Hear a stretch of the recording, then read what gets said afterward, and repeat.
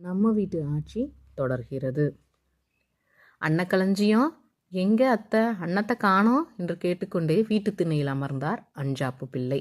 அவள் லைப்ரரி போயிருக்கா, புஸ்தகம் எடுத்துட்டு வருவா, இன்னும் செத்த நேரத்தில் வந்துடுவா, உட்காருங்க காஃபி கொண்டு வரேன் என்று வீட்டுக்குள் சென்றாள் மீனாட்சி ஆச்சி. வாங்க பெரியப்பா என்று பக்கத்தில் வந்து நின்றாள் வசந்தா. ரோகிணிக்கு டீச்சர் ட்ரைனிங் படிக்க பரீட்சை எழுதுறதுக்கு தேதி சொல்லிட்டாங்க, வீட்டில் சொன்னாலா என்று கேட்டார் அஞ்சாப்பு பிள்ளை.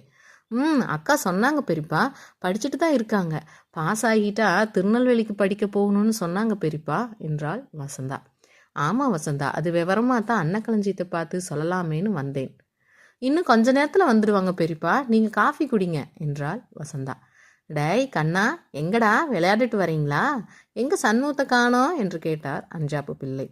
அண்ணன் வந்துட்டு இருக்காங்க பெரியப்பா. நல்லா படிக்கிறீங்களா? நல்லா படிக்கணும்டா, சரியா? இந்தாங்க போய் கடையில் ஏதாவது வாங்கி சாப்பிடுங்க என்று கையில் காசை கொடுத்தார் அஞ்சாப்பு பிள்ளை. இல்லை பெரியப்பா, வீட்லேயே எங்களுக்கு நிறைய பலகாரம் இருக்குது, நாங்கள் போய் சாப்பிட்றோம் என்று ஓடினார்கள்.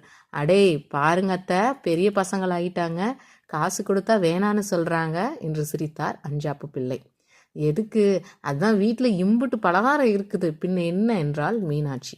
அதனால் என்ன, நான் பிள்ளைக்கு சாப்பிட எதுவும் வாங்கி தர வரலையே, அதுதான் சரி இதையாவது கொடுப்போம்னு பார்த்தேன் என்று பேசிக்கொண்டே இருந்தார் அஞ்சாப்பு பிள்ளை. வாங்க மாமா, எப்படி இருக்கீங்க? நான் லைப்ரரி போயிருந்தேன், வந்து நேரமாயிடுச்சா என்று கூறிக்கொண்டே வந்தாள் அன்னம். அதெல்லாம் இல்லை அன்னம், நான் சும்மா இந்த பசங்களோட கொஞ்ச நேரம் பேசிட்டு இருந்தேன். ஓ சரிங்க மாமா, நானே வந்து பார்க்கணுன்னு இருந்தேன் என்றாள் அன்னம்.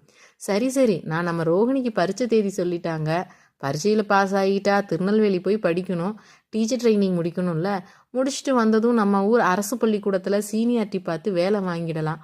ரோகிணி திருநெல்வேலி போகிறது மட்டும் ஏற்பாடு செஞ்சு வச்சுக்கோ என்றார் அஞ்சாப்பு பிள்ளை. சரிங்க மாமா, அப்போ அங்கேயே தங்கி படிக்க இடமெல்லாம் இருக்குமா? அதெல்லாம் இருக்கும் அண்ணன், நீ அனுப்பி வச்சா போதும், உன் மகள் ரோகிணி திரும்பி வரும்போது நம்ம அரசு பள்ளிக்கூடத்தில் டீச்சராக தான் வருவா என்று சந்தோஷத்துடன் கூறினார் அஞ்சாப்பு பிள்ளை.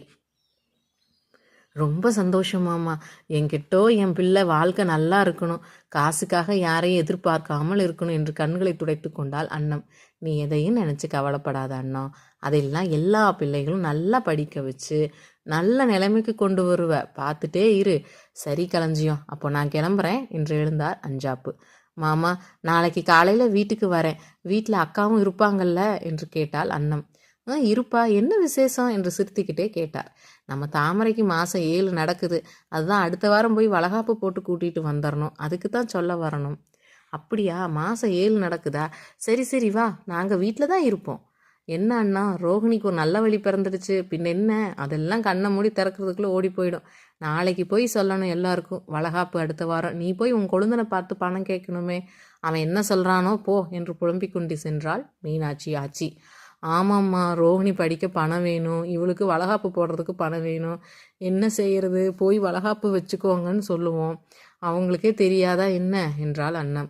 அது சரி, நீ இன்னும் மாறவே இல்லைப்போ, அதெல்லாம் தெரிஞ்சாதான் அவங்க நல்லவங்களா ஆயிடுவாங்களே, இன்னும் ஏன் தான் இப்படி இருக்கிறாங்களோ, நமக்கு என்னைக்கோ சொத்தை பிரித்து கொடுத்துட்டு போயிருப்பாங்க என்று சொத்து பத்தம் எழுதுவது போல் கைகளை அசைச்சு கூறினாள் மீனாட்சி.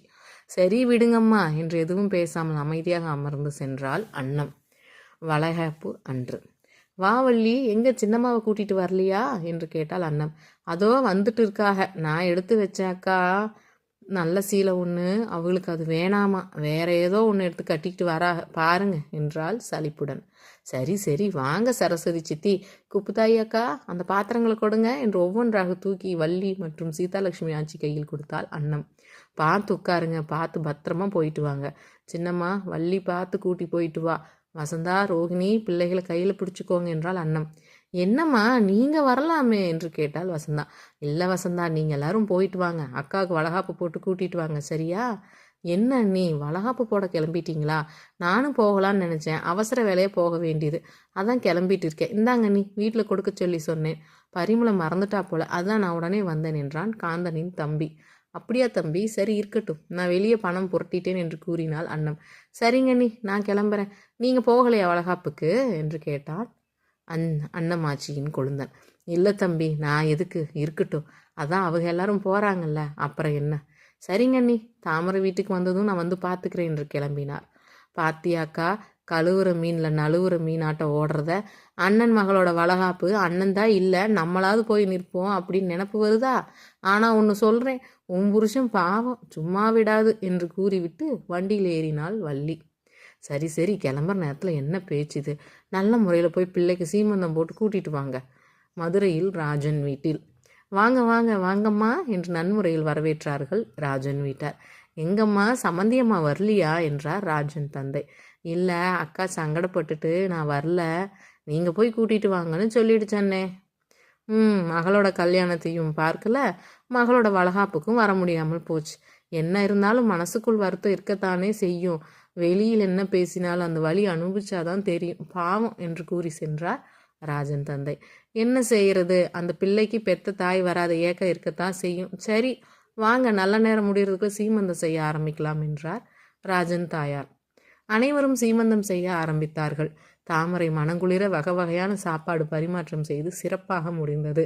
சரிங்க அண்ணே, சீமந்தம் முடிஞ்சது, நாங்கள் நல்ல நேரத்திலேயே ஊருக்கு கிளம்புறோம் என்று அனைவரும் தாமரை அழைத்து கொண்டு கிளம்பினார்கள்.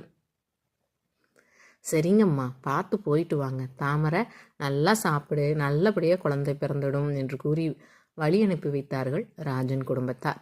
அண்ணம்மக்கா அண்ணம்மக்கா, எங்கே ஆரத்தி தட்டு கொண்டாங்க என்று சத்தம் கொடுத்தால் வள்ளி. ஆரத்தி தட்டை முன்னாடி எடுத்து வைக்கிறது தானே, ஏன் இம்புட்டு நேரம் அண்ணா, சீக்கிரமா வா. ஏய் நீ என்ன அக்கா கூட நின்றுட்டு உள்ளே போய் சீக்கிரம் தட்டு எடுத்துட்டு வாங்கடி, ஓடுங்க என்று ரோஹிணி மற்றும் வசந்தாவை வீட்டிற்குள் அனுப்பி வைத்தாள் சீதாலட்சுமி. ஆரத்தி எடுத்த பின் தாமரை வீட்டிற்கு அழைத்து சென்றார்கள். தாமரை எப்படி இருக்க என்று பக்கத்தில் வந்து அமர்ந்து வளைகாப்பு பற்றி மகிழ்ச்சியாக பேசினாள் அன்னம்.